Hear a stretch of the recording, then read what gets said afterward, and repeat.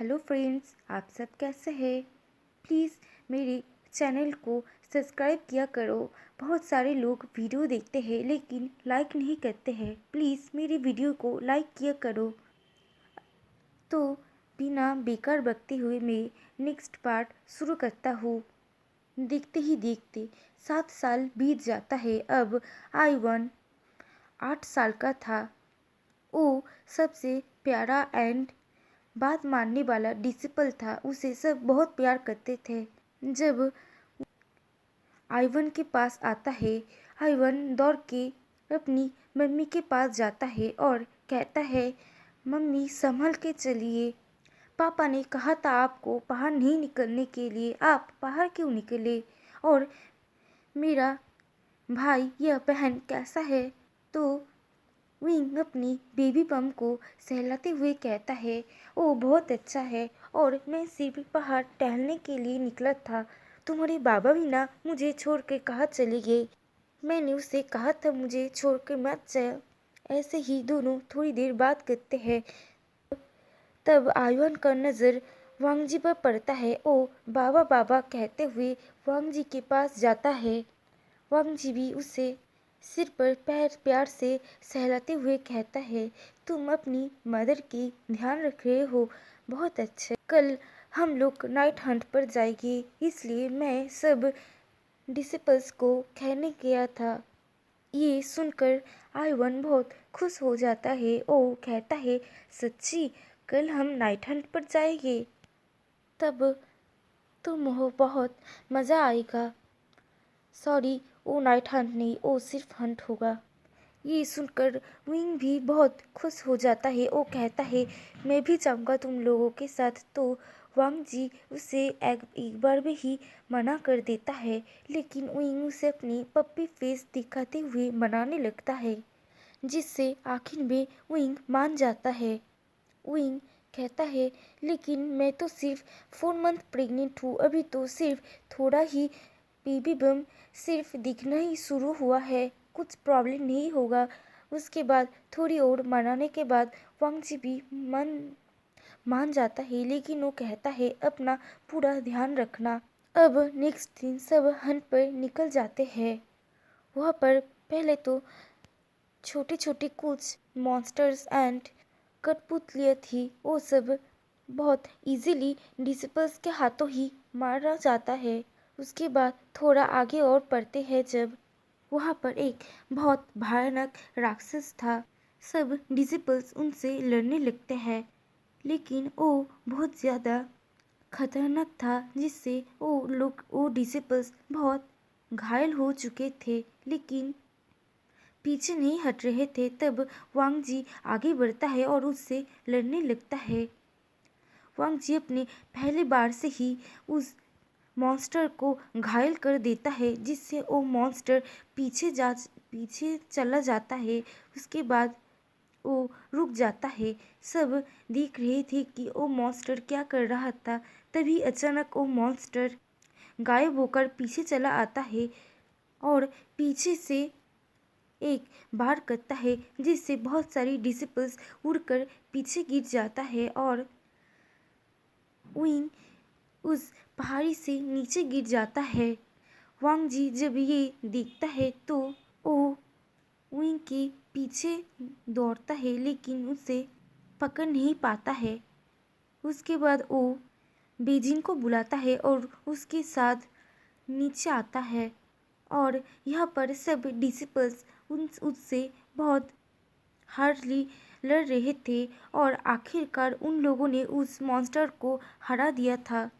अब वो लोग अपने घर क्लाउड्रेसिस के और निकल गया था और वहाँ पर वांग जी जब नीचे जाता है तब देखता है कि नीचे विंग उल्टा होकर गिर गया था। जब वांग जी विंग को सीधा करता है तब वो जो देखता है, वांग जी की आंखों पर आंसू आ गया था। वो कभी भी नहीं रोया था, लेकिन आज वो रो रहा था। वो देखता है कि विंग के मुंह बहुत भयानक तरह से नष्ट हो चुका था। उसका चेहरा अभी पहचान में भी नहीं आ रहा था और उसकी पूरी बॉडी पे बहुत सारी चोट लगी थी और उसकी पूरी ड्रेस रेड कलर की हो चुकी थी ब्लड से। वो विंग को लेकर जल्दी से क्लाउड रेसेस जाता है और फिजिशियन को दिखाता है। फिजिशियन उसे पूरी तरह से चेक करने के बाद अपनी सिर को नीचे कर लेते हैं और हिम्मत जुटाकर कहते हैं सॉरी, लेकिन अब बहुत लेट हो चुका है कुछ करने के लिए। ये सुनकर वांग जी बहुत गुस्सा हो जाता है और कहता है बस इससे आगे और कुछ कहने की कोई ज़रूरत नहीं है। वो सब फिजिशियन को अपने विंग के पास से भगाकर वो विंग के पास बैठता है और एक कपड़े से विंग की घाव को साफ कर रहा था। लेकिन अब वो क्या साफ करे, उसकी वो पूरी बॉडी बिगड़ चुका था। वो विंग के बिल्ली पर हाथ बुलाते फिराते हुए कहता है चिंता मत करो, मम्मा को कुछ नहीं हुआ है, वो अभी उठ जाएगा। तो फिजिशियन कहता है लेकिन अब आप लोगों का अनबोर्न बेबी भी मर चुका है। ये सुनकर वांग जी चीखते हुए कहता है मैंने कहा चुप, अब इससे आगे अगर कोई कहेगा मेरी विंग के बारे में तो मेरा तलवार और उसका सिर। सब डर के मारे उस रूम को छोड़ देते हैं। वांग जी विंग को देखकर रो रहा था और कह रहा था प्लीज़ जल्दी से उठ जाओ, अगर सिजुई ने तुम्हें इस हालत में देखा तो वो बहुत रोएगा और तब क्या कहूँगा, अभी तो हमारा और एक बेबी आना भी बाकी है। देखो सब पागल हो चुके हैं, क्या कुछ नहीं कह रहे हैं, जल्दी से उठ जाओ और उन्हें गलत साबित कर दो। वो उनकी चेहरे को सहलाने लगता है लेकिन अब उनकी चेहरे पे अलग से कोई हिस्सा बाकी नहीं रह गया था। उसकी मुंह बहुत पूरी तरह से नष्ट हो चुका था और उसकी पूरी बॉडी ही नष्ट हो चुका था। चिरन वहाँ पर पहुँचता है और कहता है ये कैसे हुआ, लेकिन जो भी हुआ बहुत बुरा हुआ। अब तुम्हें अपनी पत्नी के अंतिम संस्कार कर देना चाहिए, उसे लेकर ऐसे बैठे मत रहो। विंग कोई आंसर नहीं देता तो चिरन वहाँ से निकल जाता है और फिजिशियन को कहता है वहाँ से वांग जी को दूर ले जाओ और विंग की लाश को बाहर ले आओ, उसकी अंतिम संस्कार करना बाकी है। सारे फिजिशियन डरे हुए थे, वो लोग बहुत दुख में भी थे। वो लोग डरते हुए कहते हैं लेकिन मास्टर लैन ने कहा है कि अगर कोई उनके पास जाए तो वो उन्हें मार देंगे। तो चिरिन अपनी आंखें बंद करते हैं और कहते हैं वांग जी को बेहोश कर दो, उसके बाद विंग की सबको बाहर ले आओ। पहले तो सारे फिजिशियन उनकी बात सुनकर डर जाते हैं लेकिन उसके बाद वो ऐसे ही करते हैं। उसके बाद विंग की सबको तैयार करके बीचों बीच रखा गया था क्लाउड रेसेस के। जब लैन सिजुई अपने बाकी दोस्तों के साथ लौटते हैं तब वो लोग देखते हैं कि विंग मतलब आइवन का मदर क्लाउड रेसेस के बीच पर सफ़ेद कपड़े में ओढ़े हुए सोए हुआ था और सबके चेहरे पर उदासी थे और कोई कोई रो रहा था। और वहाँ पर उनकी पूरी फैमिली भी आया हुआ था।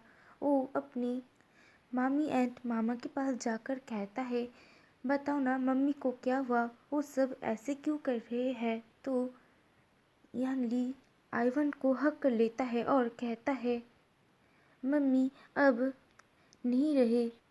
आइवन यान ली की हक से अपने आप को छुड़ाते हुए विंग के पास जाता है और विंग को पकड़ के रोने लगते हैं और कहते हैं मम्मी आपको क्या हुआ और बाबा कहाँ है, आप लोग यहाँ पर ऐसा क्या कर रहे हैं। वो बहुत ज़्यादा रो रहा था। सब आइवन को ऐसे देखते हुए बहुत दुख मना रहे थे और कहते हैं अभी तो आइवन बहुत छोटा है और उन लोगों का अनबोर्न बेबी तो मर गया और बेचारा आइवन इतनी छोटी उम्र में ही अपनी मॉम को खो दिया। थोड़ी देर बाद दो डिसिपल्स आइवन को विंग से खींचकर अलग करते हैं। उसके बाद विंग की क्रियाक्रम करने के बाद उसे दफना दिया जाता है। जब वांग जी का सेंस आता है तो वो सबसे पहले दौड़कर विंग के पास जाता है उसे ढूंढने के लिए, लेकिन जब वो देखता है कि विंग को पहले ही दफना दिया जा चुका था और सब काम हो चुका था, वहाँ पर सिर्फ फूल पत्ते और विंग का कब्र था, उसे देखकर वांग जी अपने आप को रोने से रोक नहीं पाता है। तो आज के लिए इतना ही। थैंक यू सो मच जिन लोगों ने कल मुझे इतना प्यारा प्यारा कमेंट किया है। तो बाय बाय।